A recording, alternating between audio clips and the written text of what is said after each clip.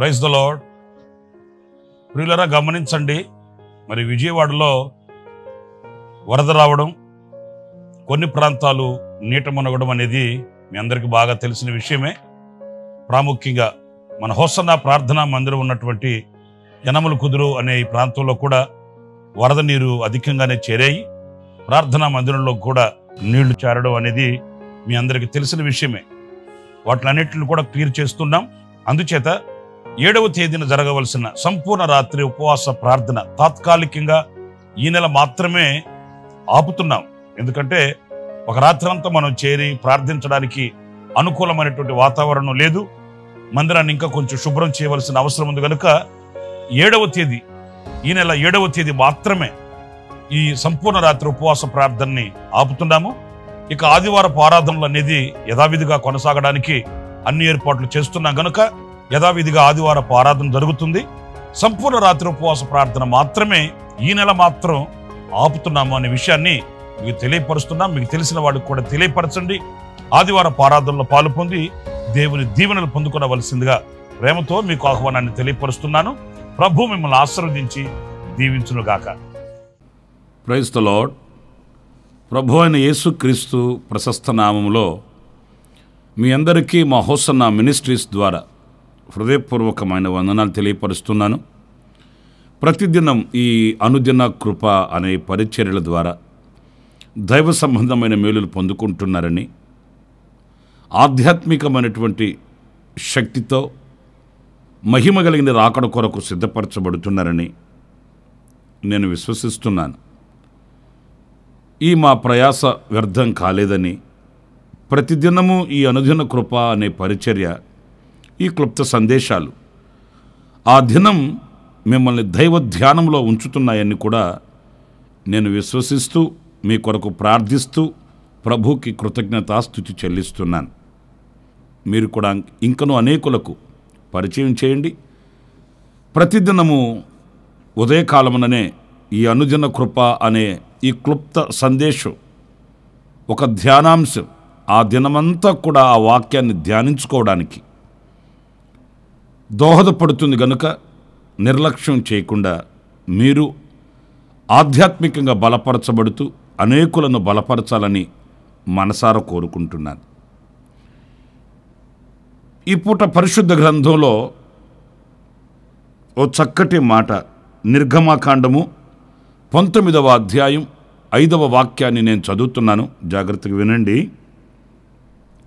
మీరు నా మాట శ్రద్ధగా విని నా నిబంధనను అనుసరించి నడిచిన ఎడల మీరు సమస్త దేశజనులలో నాకు స్వకీయ సంపాద్యమగుదురు. ప్రియులారా, ఇక్కడ మనం గమనించవలసింది, శ్రద్ధగా నా మాట విని ఆ నిబంధనను అనుసరించి నడిచిన ఎడల గొప్ప దీవెన కలుగుతుంది. అదేంటంటే సమస్త జనములలో మనము ఆయనకి స్వకీయ సంపాద్యముగా మార్చబడుతాము అనేది ఈ వాక్యంలో మనం గమనించవచ్చు. కానీ విశేషంగా నేను ఈ వాక్యంలో ధ్యానించాలనుకున్న విషయం ఏంటంటే, అసలు దేవుని మాట మీద మనకు శ్రద్ధ కావాలి కదండి. ఈ శ్రద్ధ అనేది ఎప్పుడైతే మనము కలిగి ఉంటామో దైవ దీవెనలు ఏవి కూడా మనము పోగొట్టుకోమండి. ఆ దైవ దీవెనలకు మన పాత్రులమవుతాము. దేవుని నిత్య సంకల్పం మనలో ప్రత్యక్షమవుతుంది. ఆ నిత్య సంకల్పాన్ని మనం గుర్తించగలుగుతాము. చాలామంది ఈరోజు దేవుని కార్యక్రమాల మీద శ్రద్ధ నిలపట్లేదండి. దేవుని మందిరానికి వస్తారు, వాక్యం వింటారు. ఎలా వింటారు? వినాలి గనుక వింటారు. ప్రార్థన చేస్తారు. ఎలా చేస్తారు? చెయ్యాలి గనుక చేస్తారు. ఆ దైవ సంబంధమైన వాటి మీద శ్రద్ధను కలిగిన వారమే అయితే ఆ శ్రద్ధ మనకు పెద్ద దీవెననే కలిగిస్తుంది. ఈ రోజున నా ప్రియమైన సహోదరులారా, ఆయన స్వకీయ సంపాద్యముగా మనం మార్చబడిన వారమై ఆయనలోని ప్రతి దీవెనకు మనం పాత్రులము కావాలి అంటే మొట్టమొదటిగా మనం నేర్చుకోవాల్సింది శ్రద్ధ కలిగి ఉండడం. దేవుని మందిరానికి వెళ్ళాలంటే ఎంత అశ్రద్ధో, దేవుని సన్నిధిలో మోకరించాలంటే ఎంత విసుగుతో కూడిన పనో కొంతమందికి. అలాగైతే ఎలా దీవెనలు పొందుకుంటామండి? ఎలా ఆశీర్వాదాన్ని అనుభవించగలుగుతాము?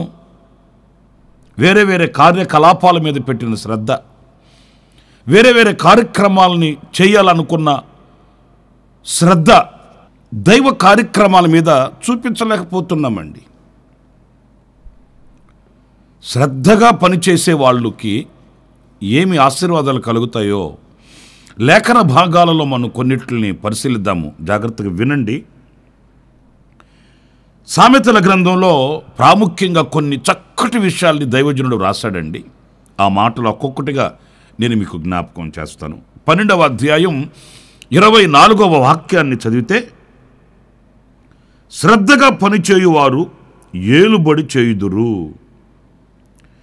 సోమరులు వెట్టి పనులు చేయవలసి వచ్చును. ఎంత చక్కటి అనుభవపూర్వకమైన మాట చూడండి. ఎవరైనా గనక తాను చేసే పని మీద, దేవుడు వాళ్ళకు ఉంచిన ఆ పని మీద, దేవుడు తనకిచ్చిన ఆ పని మీద శ్రద్ధ కలిగిన వారైతే వారు వెట్టి పనులు చేయగలిగినటువంటి కష్టతరమైన అనుభవాలలో ఉండరండి. వాళ్ళు ఏలుబడి చేయగలిగిన స్థితికి ఎక్కుతారట. ఒకనాడు వాళ్ళు ఏలుబడి చేయగలిగిన ఆ ఉన్నత స్థానానికి వెళుతారండి, ఆ స్థితికి వెళుతారండి. ఆ శ్రద్ధ వాళ్ళనికి అంత ఘనతనిస్తుంది. ఈ అశ్రద్ధ కలిగి విలువ లేకుండా, ఆ అనుగ్రహింపబడిన వాటి మీద మనసు లేకుండా నిర్లక్ష్య స్వభావంతో ఉంటారు కదండి, వాళ్ళు వెట్టి పనులు చేయవలసి వస్తుందంట. చూడండి, ఒక మాట చెప్తాను. అందరి తల్లిదండ్రులు పిల్లల్ని స్కూలుకు పంపిస్తారు, బడికి పంపిస్తారు. ఆ చదువు మీద శ్రద్ధ కలిగిన వ్యక్తి ఏమవుతాడు? చక్కగా చదువుకొని ఒక 10 మందిని నడిపించగలిగిన జ్ఞాన సంపద గలవాడవుతాడు. ఏలుబడి చేస్తాడు.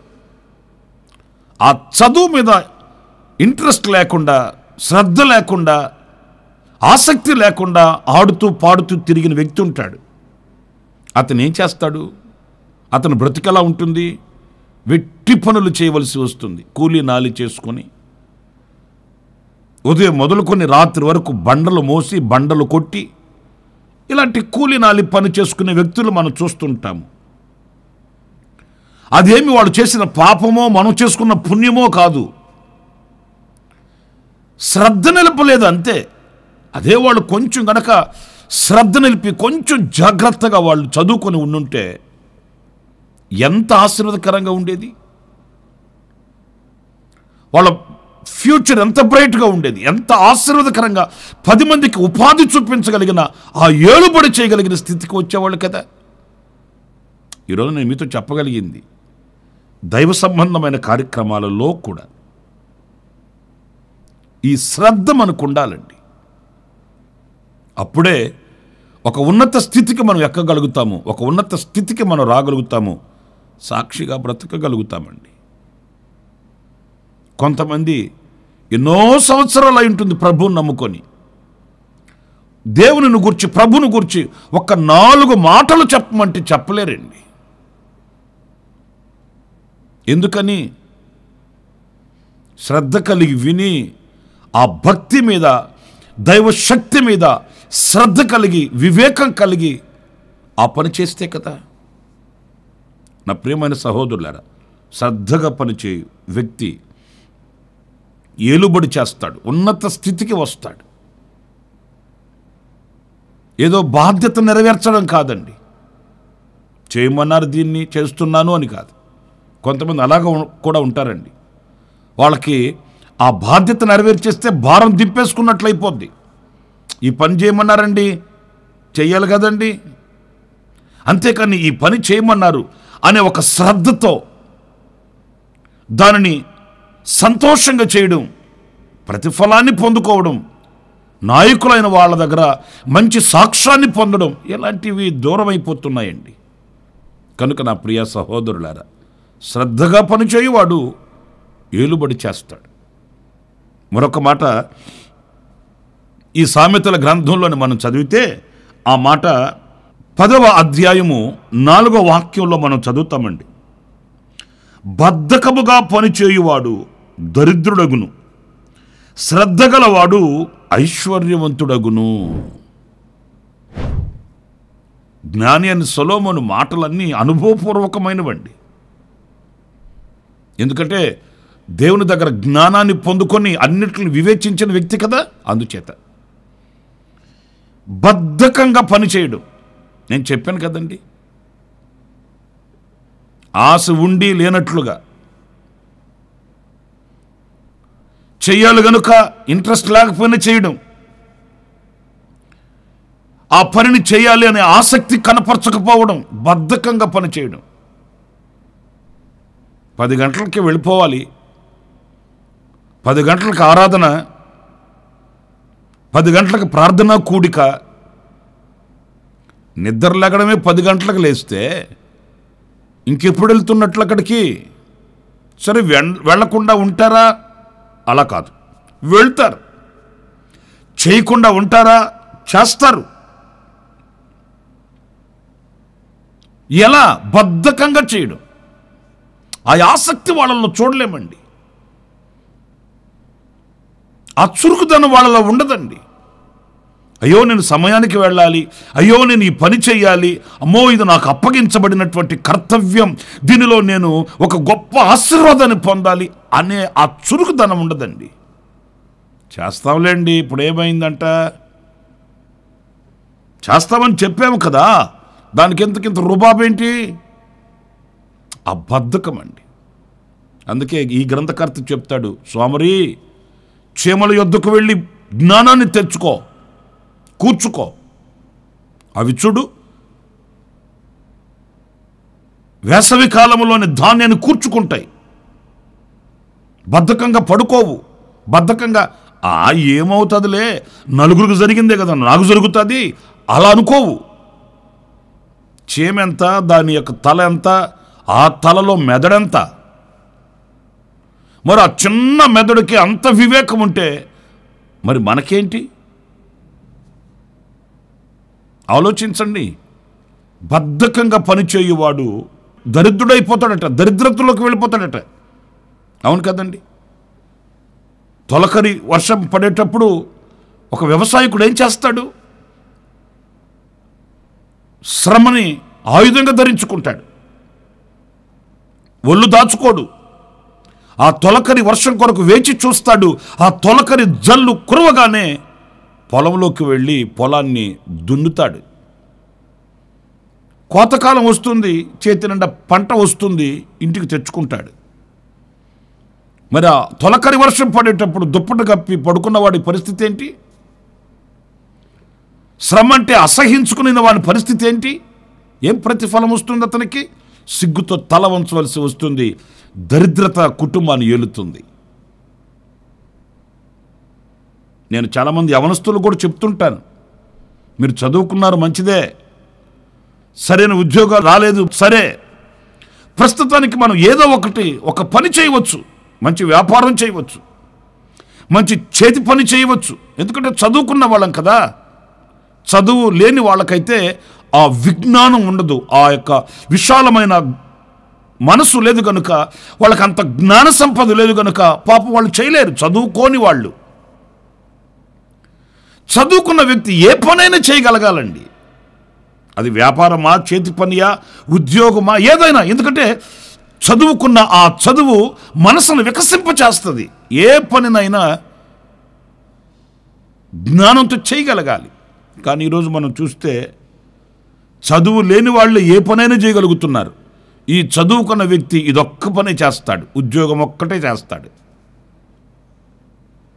ఇంకా ఏ పని చేయలేకపోతున్నాడు. మరి చదువుకున్న వాళ్ళకంటే చదువు లేని వాళ్ళే మేలు కదా. ఏ పనిలో పెట్టిన చదువు లేని వాళ్ళు చాలా నైపుణ్యంగా చేసుకుని బయటకు వస్తారండి. చేతి పనిలో పెట్టండి, వ్యాపారాల్లో పెట్టండి, ఇంకా ఏ పని అప్పగించండి, ఇది నేను చేయలేను, ఇది నేను చేస్తాను అని ఆలోచించరు. ఏ పని చెప్పినా వాళ్ళు చేసేస్తారండి. ఈ చదువుకున్న వాళ్ళే ఇది తప్ప నేనేమీ చేయలేను అంటాడు. మరి ఎందుకు చదువుకున్నాడు? చదువు అనేది ఉద్యోగం కొరకు కాదు, మనసు వికసింపబడుటకు, జ్ఞాన సంపద కొరకు. మరి ఇంత జ్ఞానాన్ని సంపాదించుకొని ఇంత చదువులు చదివి ఏమీ చేయలేని దద్దమ్మలాగా కూర్చుంటే పరిస్థితి ఏంటి? దరిద్రత ఏలుబడి చేస్తుంది. శ్రద్ధగా పని చేయువాడు ఐశ్వర్యవంతుడు అవుతాడట. 4 రూపాయలు సంపాదించుకుంటాడండి. ఏ కొదువ లేకుండా, ఏ లేమి లేకుండా సమృద్ధిగా శుభ్రంగా బ్రతకగలుగుతాడు. కనుక ఈ శ్రద్ధని మనం పోగొట్టుకోకూడదు. ఆ శ్రద్ధ అనేది మనం ఎప్పుడూ కలిగి ఉండాలి. ఇంకొక మాట కూడా నేను మీకు చెప్తాను. ఇదే సామెతల గ్రంథంలో 13వ అధ్యాయం 4వ వాక్యం. సోమరి ఆశపడును గాని వాని ప్రాణమునకి ఏమీ దొరకదు, శ్రద్ధ గల వారి ప్రాణము పుష్టిగా నుండును. చాలా చక్కటి మాట అండి. శ్రద్ధ కలిగిన వ్యక్తి యొక్క ప్రాణం అటండి పుష్టిగా ఉంటుందంట, అంటే ఆరోగ్యకరంగా ఉంటాడు. నేను ఇక్కడ ఒక చిన్న విషయాన్ని చెప్తాను, మీరు ఆలోచించండి. శ్రద్ధ కలిగిన వ్యక్తి ఎందుకు ఆరోగ్యకరంగా ఉంటాడంటే ఎప్పుడు ఏది చేయాలనో అప్పుడు చేసి ముగించుకుంటాడు. సోమరి కాదు కదా, శ్రద్ధ కలిగిన వాడు కదా. అంచేత ఉదయం చేయాల్సిన పనులు ఉదయం చేస్తాడు, మధ్యాహ్నం చేయవలసిన పనులు మధ్యాహ్నమే చేసేసుకుంటాడు, రాత్రిపూట చేయవలసిన పని రాత్రిపూట చేసుకొని శుభ్రంగా పడుకుంటాడు, కంటి నిండా నిద్రపోతాడు, కడుపు నిండా తిండి తింటాడు, ఆరోగ్యంగా ఉంటాడు. ఈ శ్రద్ధ లేకుండా విన్న వ్యక్తి ఏం చేస్తాడంటే ఉదయం పని మధ్యాహ్నానికి, మధ్యాహ్నం పని రాత్రికి పోస్ట్ పని చేసుకుంటుంటాడండి. నెమ్మది ఉండదు, సంతోషం ఉండదు, నిద్ర ఉండదు, సరిగా ఆహారం తినలేడు, రోగాల పుట్టగా మార్చబడతాడు. వీటన్నిటికీ కారణం బద్ధకమేనండి, శ్రద్ధ లేకపోవడమేనండి. ఏంటి ఈరోజు ఇలాంటి మాటలు చెప్తున్నారన్నా అని అనుకుంటున్నారేమో. మన నడకను దేవుని వాక్యము చేత సరిచేసుకోవాలండి. దేవుని వాక్యమే మన నడకను శుద్ధి చేసేది. ఎలాంటి పరిస్థితులలో మనం దరిద్రతను అనుభవిస్తున్నాము, ఎలాంటి పరిస్థితులలో మనం ఆరోగ్యాన్ని కోల్పోతున్నాము, ఎలాంటి పరిస్థితులలో మనం ప్రశాంతంగా ఉండలేకపోతున్నాం అనేది వాక్యం చేత మనం సరిచూసుకోవాలి. గనుక శ్రద్ధగా పనిచేయువాడు పుష్టిగా ఉంటాడు, బలంగా ఉంటాడు, ఆరోగ్యంగా ఉంటాడు.